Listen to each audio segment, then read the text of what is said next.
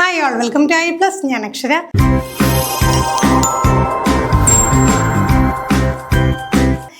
Category 1 and 2 psychology questions ആണ് നമ്മൾ discuss ചെയ്തുകൊണ്ടിരുന്നത്. ഇന്ന് നമ്മൾ 5 ചോദ്യങ്ങൾ കൊണ്ടുവന്നിട്ടുണ്ട്.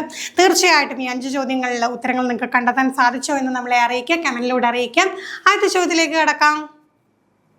ചുവടെ കൊടുത്തിരിക്കുന്നവയിൽ സർഗാത്മകതയുടെ അടിസ്ഥാന ഘടകം അല്ലാത്തത് ഏത്? സർഗാത്മകത എന്താണ്? ക്രിയേറ്റിവിറ്റിയാണ്. ക്രിയേറ്റിവിറ്റിയുടെ അടിസ്ഥാന ഘടകം അല്ലാത്തത് ഈ കൂട്ടത്തിൽ ഏതാണ്? വാചാലത, വിവ്രജന ചിന്ത, നല്ല കയ്യക്ഷരം, പ്രശ്ന പരിഹരണ ശേഷി. അപ്പം നോക്കിയ സർഗാത്മകത എന്ന് പറയുന്ന സംഗതി ക്രിയേറ്റീവായിട്ട് ഉള്ളതാണ് അല്ലെ. ക്രിയേറ്റീവായിട്ടൊരു കാര്യം ചെയ്യുന്നു, അതിൻ്റെ ലക്ഷണമല്ലാത്തത് ഈ കൂട്ടത്തിൽ ഏതാണ്? ഘടകമല്ലാത്തത് ഏതാണ്?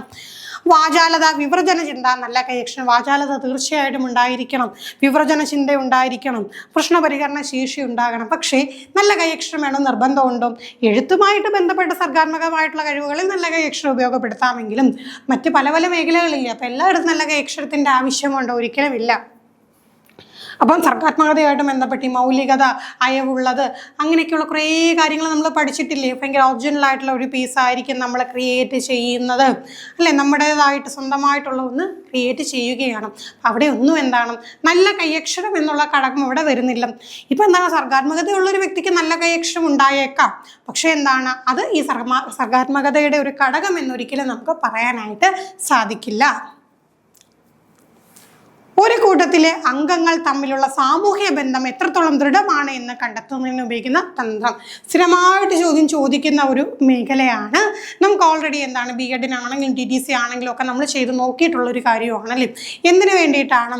ഒരു കൂട്ടത്തിലെ അംഗങ്ങൾ തമ്മിലുള്ള സോഷ്യൽ റിലേഷൻഷിപ്പ്, സാമൂഹിക ബന്ധം എത്രത്തോളം ദൃഢമാണ് എന്നുള്ളത് നമുക്ക് കണ്ടെത്താൻ വേണ്ടിയിട്ട് നമ്മൾ ഉപയോഗിക്കുന്നത് എന്താണ്? ആത്മനിഷ്ഠ രീതി, നിരീക്ഷണ രീതി, സോഷ്യോമെട്രി, പ്രക്ഷേപണ രീതി. അപ്പോൾ എന്താണ്, സാമൂഹിക ബന്ധം അളക്കാനായിട്ട് നമ്മൾ എന്ത് രീതിയാണ് ഉപയോഗിക്കുക? എന്താണ് ഉപയോഗിക്കുക? സോഷ്യോമെട്രിയാണ് നമ്മൾ ഉപയോഗിക്കുക. അപ്പോൾ സോഷ്യോമെട്രിയുമായി ബന്ധപ്പെട്ട് ആ രാശിയെ മുന്നോട്ട് വെച്ചത് ആര് എന്നറിയാവുന്നവരെന്ത് ചെയ്യാം? തീർച്ചയായിട്ടും കമൻറ്റ് ചെയ്യാം. നമുക്ക് അടുത്ത ചോദ്യത്തിലേക്ക് കടക്കാം. ഡിസ്ലെക്സിയ എന്നത് പ്രധാനമായും ഏത് പരിമിതിയുമായി ബന്ധപ്പെട്ടിരിക്കുന്നു? കേൾവി, വായന, എഴുത്ത്, മുകളിൽ പറഞ്ഞവയില്ല. ലേണിംഗ് ഡിസബിലിറ്റീസ് സ്ഥിരമായിട്ട് ചോദിക്കുന്ന ഒരു ഏരിയ ആണ്. ഓരോ ലേണിംഗ് ഡിസബിലിറ്റി ആയിട്ട് ബന്ധപ്പെട്ടത് എന്തെന്ന് കൃത്യമായിട്ട് നിങ്ങൾ പഠിച്ചു വെക്കും. ഇവിടെ എന്താണ് ചോദിച്ചിരിക്കുന്നത്? ഡിസ്ലെക്സിയയാണ്. ഡിസ്ലെക്സിയ എന്ന് പറയുമ്പോഴത്തേക്കും എന്ത് തരം വൈകല്യമാണ്? നമുക്കറിയാം ഡിസ്ലെക്സിയ എന്ന് പറയുന്നത് വായനാ വൈകല്യമാണ്. എന്നാൽ എഴുത്തുമായിട്ട് ബന്ധപ്പെട്ട വൈകല്യം എന്താണ്? അത് ഡിസ്ഗ്രാഫിയാണ്. കണക്ക് കൂട്ടാനാണെങ്കിലുള്ള വൈകല്യം എന്താണ്? ഡിസ്കാൽക്കുലിയാണ്. ഏത് ഉറക്കത്തെ വിളിച്ചു ചോദിച്ചാലും പറയാനായിട്ട് നമുക്ക് സാധിക്കണം. അത്രയ്ക്ക് എന്ത് ചെയ്യണം? നമുക്ക് ആ ഒരു ടേം നമ്മൾ അറിഞ്ഞിരിക്കണം. അടുത്ത ചോദ്യം, ശിശുക്കളുടെ വികാരങ്ങളുമായി ബന്ധപ്പെട്ട് തെറ്റായ പ്രസ്താവന ഏത്? അപ്പം വികാരവുമായി ബന്ധപ്പെട്ടുള്ള പ്രസ്താവനകൾ തന്നിരിക്കുവാനും ഇതിൽ തെറ്റേതെന്ന് കണ്ടെത്തണം. വികാരങ്ങൾ തീവ്രമാണ്, വികാരങ്ങൾ അല്പായുസുള്ളവയാണ്, വികാരപ്രകടനം കൂടെ ഉണ്ടാകുന്നു, വികാരങ്ങൾ സ്ഥിരമാണ്. അപ്പോൾ കുട്ടിയുടെ കാര്യം നോക്കിയാൽ എന്താണ്? വികാരങ്ങൾ തീവ്രമാണ്, വികാരങ്ങൾ അല്പായുസുള്ളവയാണ്, വികാരങ്ങൾ എന്താണ്? വികാരപ്രകടനം കൂടെ ഉണ്ടാകുന്നു. ശരിയല്ലേ? ചെറിയ കുട്ടികളെ നോക്കിക്കഴിഞ്ഞാൽ എന്താണ്, അവർക്കിപ്പോൾ എന്താണ്, സങ്കടം വന്നു കഴിഞ്ഞാൽ വാവിട്ട് കരയുമല്ലേ. അപ്പം നമുക്ക് സങ്കടം വന്നു കഴിഞ്ഞാൽ, നമ്മൾ മുതിർന്നവരൊക്കെ സങ്കടം വന്നു കഴിഞ്ഞാൽ, ചെറിയൊരു സങ്കടം വന്നു കഴിഞ്ഞാൽ വാവിട്ട് കരയില്ല, നമ്മൾ മാക്സിമം എന്താ കരയാതൊക്കെ പിടിച്ച് നിൽക്കും. പക്ഷെ കുട്ടികൾ അങ്ങനല്ല, അവരുടെ വികാരങ്ങൾ എപ്പോഴും എന്താണ്? തീവ്രമാണ്, അതിന് ഇൻറ്റൻസിറ്റി കൂടുതലാണ്. സന്തോഷമാണെങ്കിൽ ഭയങ്കരമായിട്ട് അവരെന്ത് ചെയ്യും? ഉറക്കെ പൊട്ടിച്ചിരിക്കുന്ന വീട്ടിലെ കുഞ്ഞുങ്ങളൊക്കെ. പിന്നെ എന്താണ്? അല്പായുസുള്ളവയാണ്. ഇപ്പോൾ ചിരിച്ചുകൊണ്ടിരിക്കുന്ന കുഞ്ഞെന്താണ്? പെട്ടെന്ന് തന്നെ കരയുന്ന കാണും, കരഞ്ഞുകൊണ്ടിരിക്കുന്ന ആൾ പെട്ടെന്ന് ചിരിക്കുന്ന കാണാം അല്ലേ. അപ്പോൾ എന്താണ്? അവരുടെ വികാരങ്ങൾക്ക് അല്പായുസാണ്. വികാരപ്രകടനം കൂടെ ഉണ്ടാകുന്നു. അപ്പോൾ എന്താണ്? ഇടയ്ക്കിടയ്ക്ക് ഇപ്പോൾ വിഷമിച്ചിരിക്കുകയാണ്, കുറച്ച് കഴിയുമ്പോൾ അത് മറക്കും, പിന്നെ അതോർത്ത് കുട്ടി കരയും. ഇതൊക്കെ മുതിർന്നവരിലേക്ക് വരുമ്പോൾ, ഒരു പക്വത എത്തുമ്പോഴെന്താണ്? പതിയെ ഇതിനൊക്കെ മാറ്റം സംഭവിക്കുന്നു. എന്നാൽ വികാരങ്ങൾ സ്ഥിരമാണെന്ന് പറയാൻ പറ്റുമോ? ഇല്ല. വികാരങ്ങൾ സ്ഥിരമല്ലാത്തത് കൊണ്ടല്ലേ തീവ്രവും അല്പായുസും കൂടെ ഉണ്ടാകുന്നതും ഒക്കെ നമ്മൾ കണ്ടത്. അപ്പോൾ ശിശുക്കളിലെ വികാരം എങ്ങനെയാണ്? വികാരങ്ങൾ സ്ഥിരമാണ് എന്ന് പറയുന്ന പ്രസ്താവന തെറ്റാണ്.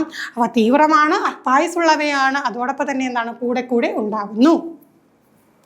അടുത്ത ചോദ്യം, അവസാന ചോദ്യമാണ്. ബുദ്ധിയുമായി ബന്ധപ്പെടുത്തി ചാൾസ് പിയർമാൻ്റെ ദ്വിഘടക സിദ്ധാന്തത്തിലെ 2 ഘടകങ്ങൾ ഏതെല്ലാമാണ്? ബുദ്ധിയുമായി ബന്ധപ്പെട്ടുകൊണ്ട് ചാൾസ് പിയർമാൻ 2 ഘടകങ്ങളുണ്ട് എന്ന് പറഞ്ഞു. അതിലെ 2 ഘടകങ്ങൾ ഏതൊക്കെയാണെന്നാണ് ചോദ്യം. ജി ഘടകവും എഫ് ഘടകവും, ജി ഘടകവും എസ് ഘടകവും, എസ് ഘടകവും കെ ഘടകവും, എസ് ഘടകവും എഫ് ഘടകവും. അപ്പോൾ 2 ഘടകങ്ങൾ എന്ന് പറയുന്നത് വളരെ സിമ്പിളായിട്ട് നമ്മൾ പഠിച്ചതാണല്ലേ. ഈ ഒരു ബുദ്ധി എന്ന് പറയുന്ന സംഗതി 2 ഫാക്ടേഴ്സ് ആണെന്ന് പറഞ്ഞ് 2 ഫാക്ടർ തിയറി എന്ന് നമ്മൾ പേര് പറഞ്ഞു. ഏതൊക്കെയാണ് ആ 2 ഘടകങ്ങൾ? ജി ഘടകവും എസ് ഘടകവും. ജി ഫാക്ടറും എസ് ഫാക്ടറും. ജി ഫാക്ടർ എന്ന് പറയുന്നത് ആ ജനറൽ ആയിട്ടുള്ള ഫാക്ടറാണ്. എസ് എന്ന് പറയുന്നത് എന്താണ്? സ്പെസിഫിക് ആയിട്ടുള്ള ഫാക്ടറാണ്. ജി എല്ലാവരിലും ഉണ്ടാകും, എസ് എന്താണ്? ഓരോ വ്യക്തിയിലും വ്യത്യസ്തമായിരിക്കും എന്ന് നമ്മൾ പഠിച്ചു.